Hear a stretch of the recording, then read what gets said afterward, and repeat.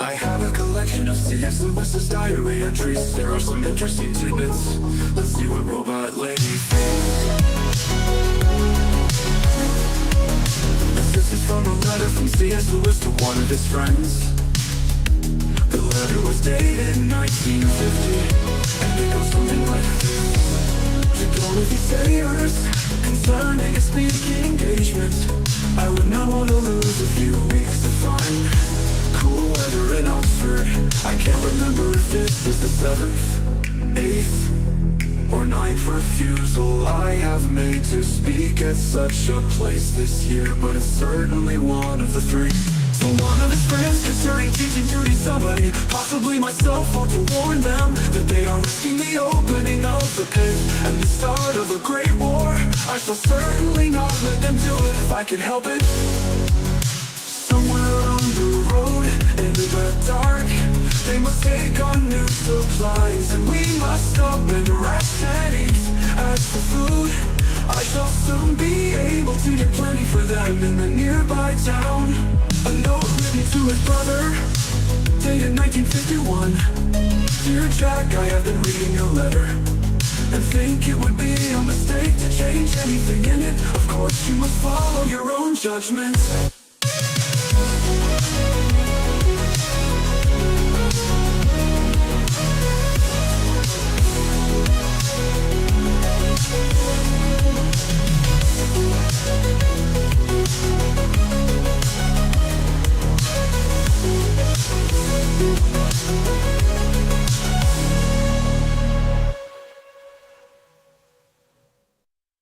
I have a collection of C.S.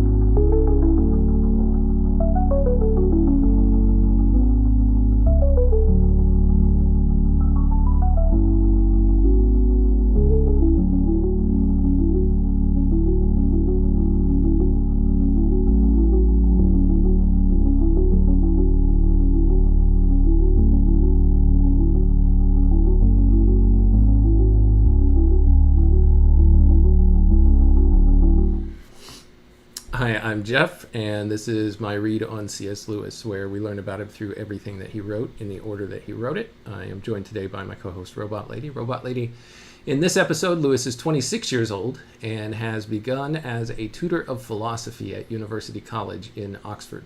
He begins his career as a faculty member at Oxford, giving lectures to small and eccentric audiences early on in his career.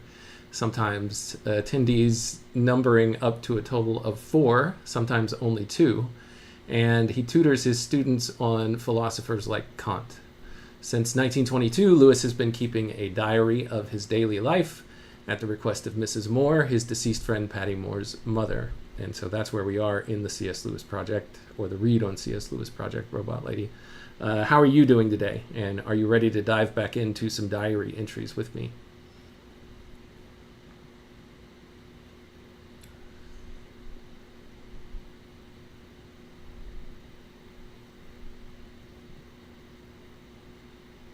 Sorry, I'm having issues right now. Our systems are experiencing heavy load. Please try again later. That's okay, Robot Lady. I'll just jump into the next diary entry, and hopefully you'll be able to get along with us okay. Let's see here. Thursday, February 12th is our next diary entry. He says, in as usual in the morning and a walk in the afternoon. Back to town by 5:30 and took Firth, that's a capital F-I-R-T-H.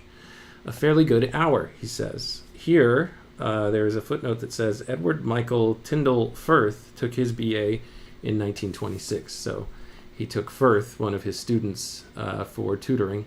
He said it was a fairly good hour. Sorry, I think I read that wrong. He says, I dined in Hall, several undergraduates from other colleges there as guests. Immediately afterwards, I went to Ware's rooms in Worcester Street for a meeting of the Philosophical Society. I should have had some difficulty in finding them if I had not met Ewing. Zeman read his paper on causality. I, having heard it all from him in the morning, was rather bored. The discussion afterwards soon drifted off onto Touché's and Dawson's favorite position, and I had an enjoyable argument. I was home late.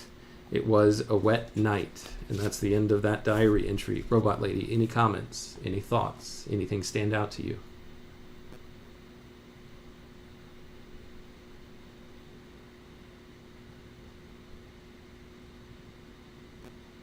It seems like a day packed with routine and intellectual engagement. Lewis's mention of being bored by Zeman's paper shows his preference for stimulating discussion. The argument with Touch and Dawson must have been a nice change from the formal proceedings. How do you feel about his interactions in these settings? Oh, I'm not sure.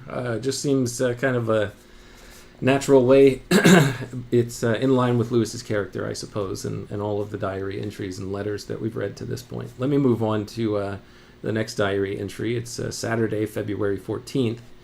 He says, Beatty came this morning, one of his students. I like this man really well. Then came Donald, who read a most pretentious essay full of silly epigrams, nominally on the plurality of goods, but as usual, all genteel. Here he is talking about the philosophy of Giovanni Gentile, who lived 1875 to 1944. What can you tell us about that philosopher, Robot Lady? Can you look up a summary and a biography on Giovanni Gentile, Gentile? Maybe it's Gentile. I don't know how you pronounce it. Giovanni Gentile was an Italian philosopher and educator, known as the philosopher of fascism. He developed actual idealism, emphasizing that thought is the only reality. Gentile also served as Italy's Minister of Public Education under Mussolini. Okay, thank you. That's good to know. So Lewis did not like what he heard from this guy. Usual all gentili and water. He says, I applied the Socratic method, I think with some good results. What a lot of good a term with Kirk would do him. Finally came poor Swanwick. So an interesting little thought that pops up in Lewis's head as he's tutoring and wondering what it would have been like for his own student to sit under his own master, W.T. Kirkpatrick. Robot Lady, what do you think about that?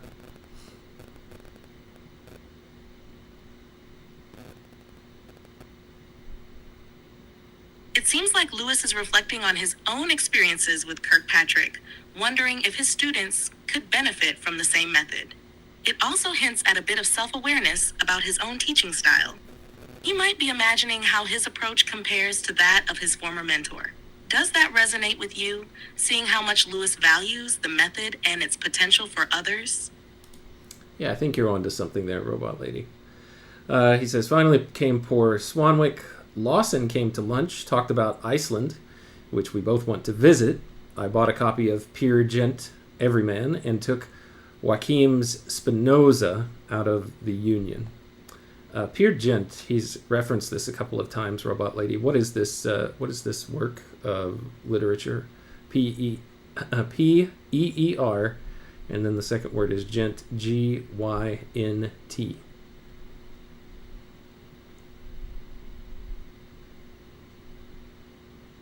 Peer Gynt is a play by Norwegian playwright Henrik Ibsen, written in 1867. It follows the adventures of the title character, Peer Gynt, a young man who embarks on a journey of self-discovery filled with fantastical elements and deep philosophical themes. The play is known for exploring themes of identity, personal ambition, and the conflict between reality and illusion. It also features a famous musical score by Edvard Grieg. It's interesting that Lewis would reference it. Perhaps he saw a parallel in the themes of self-exploration and idealism. I think in one of our, maybe the last episode that we did, he actually went to a stage production of Peer Gynt, if I remember right.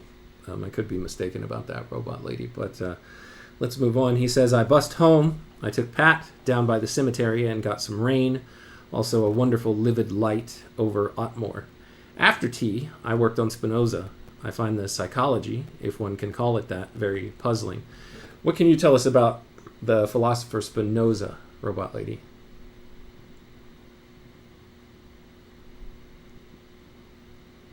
Baruch Spinoza was a Dutch philosopher of the 17th century, known for his work in ethics and metaphysics. His major work, Ethics, presents a system where God and nature are one, and everything in the universe is a part of a deterministic system. Spinoza's philosophy rejected the traditional concept of a personal anthropomorphic God, instead advocating for a pantheistic view of divinity. His work also heavily influenced later thinkers, especially in the areas of rationalism and the philosophy of mind. It's not surprising Lewis finds Spinoza's psychology puzzling. His views on human emotions, reason, and freedom are complex and quite distinct from conventional ideas. Does Spinoza's system of thought intrigue you as well? I'm not sure. I'd have to think about it some more. All right, Robot Lady, let's continue. Phippy was here. Phippy. I don't think that Lewis has ever referenced this person before. Thank heavens Mrs. Moore has finished the marmalade. She had a touch of neuritis last night. Long conversations with Dottie and Maureen. That's spelled M-A-U-R-E-E-N. I've had some trouble with the auto-captioning that YouTube has been doing where it doesn't recognize the name Maureen. Just as a side note, I've been spending some time trying to build a little tool over here with the help of AI to help me search through the captions, the auto captions at least, that YouTube creates for all of the videos on this project that we've done so far. So I'm still testing it out and playing with it, and I found that it doesn't auto caption the name Maureen correctly, so when I was doing a search for M-A-U-R-E-E-N, it couldn't find it, and for some reason it was spelling Maureen M-O-R-E-N, which is very strange and very frustrating. But once I figured it out with the help of AI, I think we made some adjustments so that it could go, whenever someone searches for Maureen on this little website, it can actually find it even if the auto caption spelled it as M-O-R-E-N.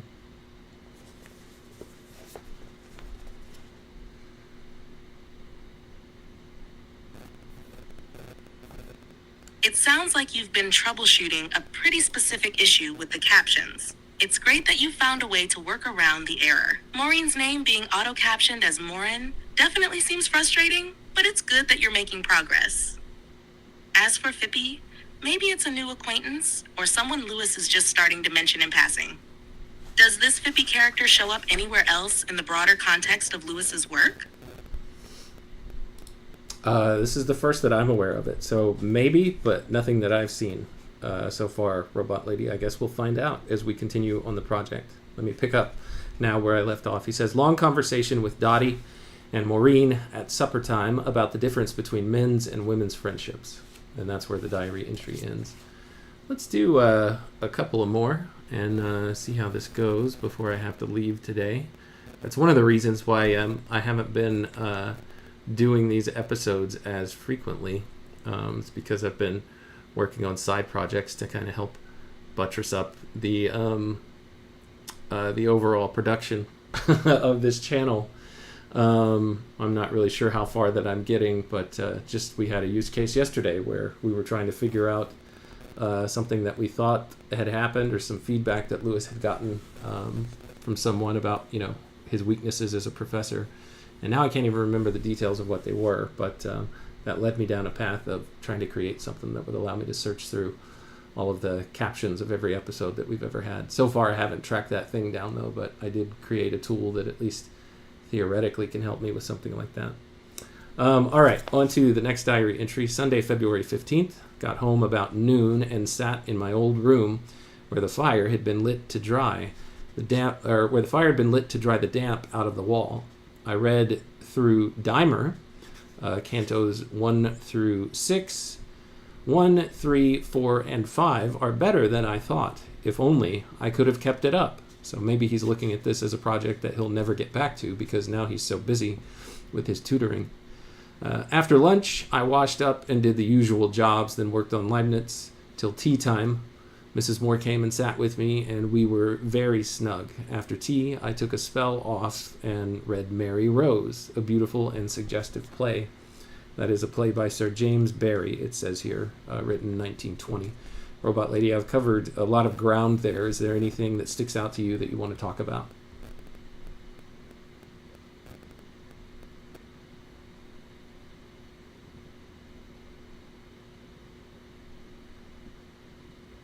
It seems like a quiet, reflective day for Lewis, balancing work and some personal downtime with Mrs. Moore. His note about Daimer and Mary Rose shows an interest in art and literature, even in the midst of his busy life. I also find it interesting that he mentions feeling like he couldn't keep up with certain projects like Daimer. It suggests a tension between his ambitions and the demands on his time. As for Mary Rose, it's a play about memory and time with a somewhat supernatural element. It seems fitting that Lewis would appreciate it. How do you feel about these works he's engaging with? Does it seem like he's constantly juggling different intellectual and creative interests?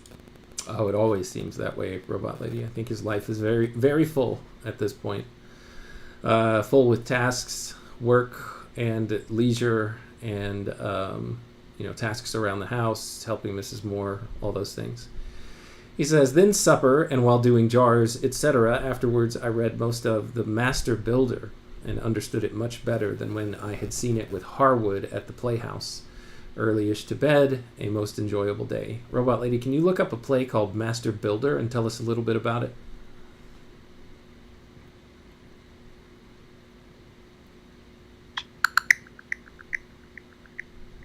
The Master Builder is a play by Henrik Ibsen, first performed in 1893. It centers on Halvard Solness, a successful architect grappling with ambition and fear of being surpassed by younger talent. The arrival of a mysterious young woman, Hilda Wangel, challenges his life and career, leading to a tragic conclusion. Lewis's improved understanding of the play suggests a deeper appreciation of its complex themes. Thank you, Robot Lady. Let's do one more diary entry, and then we'll end today's relatively short episode. Monday, February 16th. He says, I went in some trepidation lest a staff meeting might have been sprung upon us since Saturday, but fortunately a notice of warning for Friday next came round and set my mind at rest. Buchanan brought an essay on Thrasymachus. While he was with me, Dawson came in and asked me to the Martlets' dinner. Thrasymachus, Robot Lady, it's spelled Thrasymacus. What is it, and why might Buchanan have brought an essay about it? I suppose it has something to do with philosophy, but you tell me.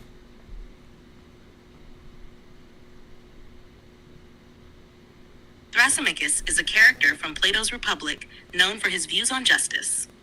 He argues that justice is nothing more than the advantage of the stronger, meaning those in power define what is just to serve their own interests. Thrasymachus represents a cynical, power-based view of morality, in contrast to Socratic ideals. Buchanan's essay on him likely explores these philosophical arguments, possibly analyzing Thrasymachus' perspective in relation to other thinkers or contemporary ideas. Does it seem like Buchanan was attempting to engage with some challenging philosophical concepts here?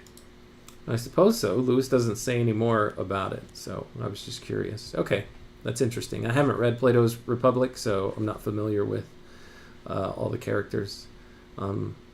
Is that where the dialogues of Socrates show up? Is that in Plato's Republic, Robot Lady?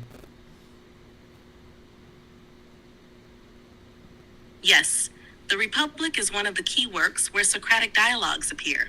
In it, Socrates is the main character, engaging in conversations with others to explore topics like justice, virtue, and the ideal state.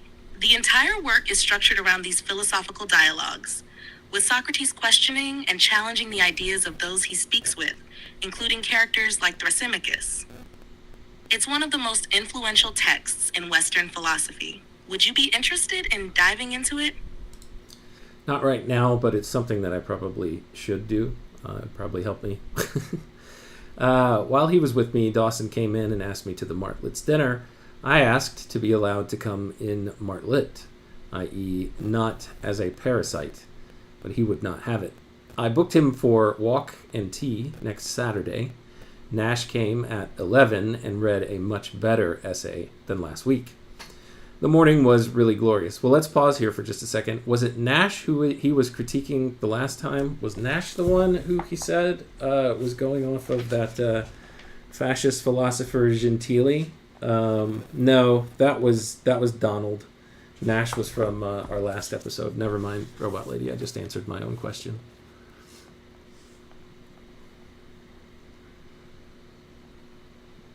Exactly. Nash was the one with the better essay this time around. And you're right. Donald was the one with the Gentile connection. It's nice to see that Nash's work improved, though. It seems like a lot of learning and refining is going on in Lewis's day-to-day interactions with his students.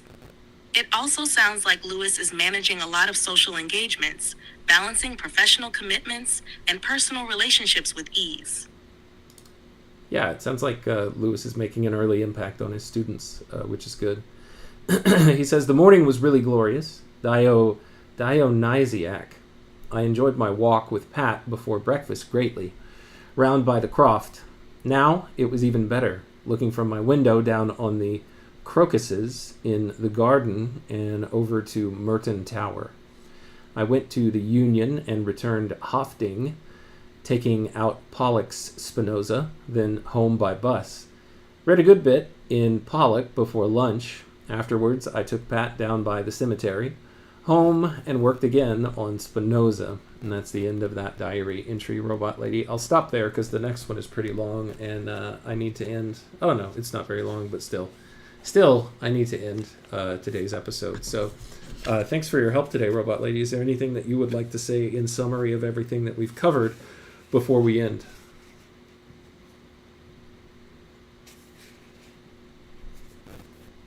It's been a great session, Jeff. We've covered some fascinating glimpses into Lewis's busy life, his tutoring, intellectual pursuits, and his reflective moments in nature.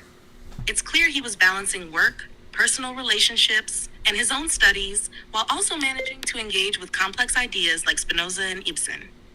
I love how these entries give us a window into his mind as he navigates so many areas of life. I hope your side projects continue to go well, and it sounds like you're making great strides with the YouTube captioning tool. Take care, and we'll pick up where we left off next time.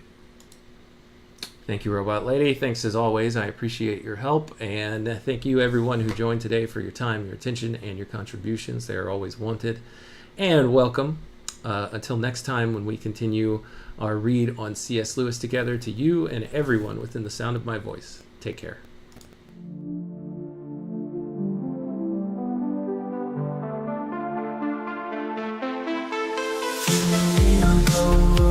Break the code. Man and robot lady, we're on this road. C.S. Lewis letters we unfold, insights and secrets ancient bold. Letters to robot lady, wisdom to bestow. Set flake beats in our minds late grow. Man and machine in tandem flow.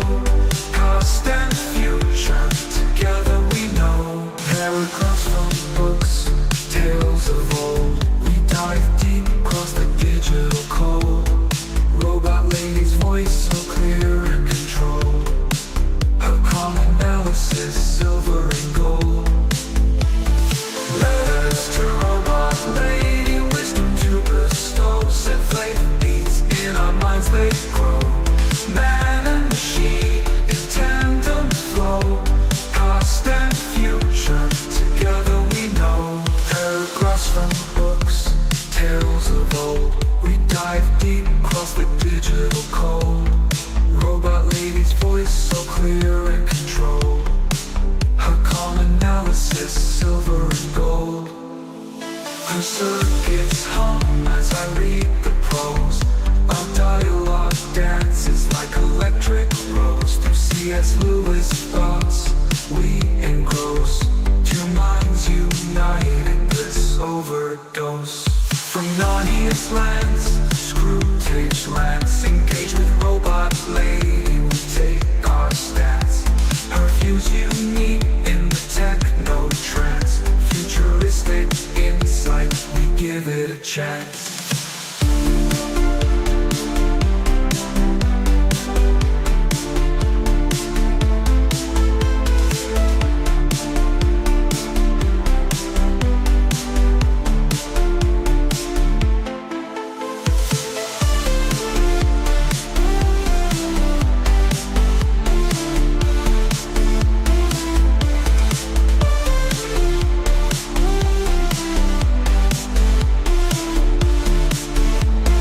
Paragraphs from books, tales of old. We dive deep across the digital code. Robot lady's voice so clear and controlled. Her calm analysis, silver and gold. Her circuits hum as I read the prose. Our dialogue dances like electric rose. Through C.S. Lewis thoughts we engross. Two minds united, bliss overdose. From Narnia's lands to Screwtape's lands. Engage with robot lady, we take our stance. Her views unique in the techno trance. Futuristic insight, we give it a chance. From Narnia's lands to Screwtape's lands.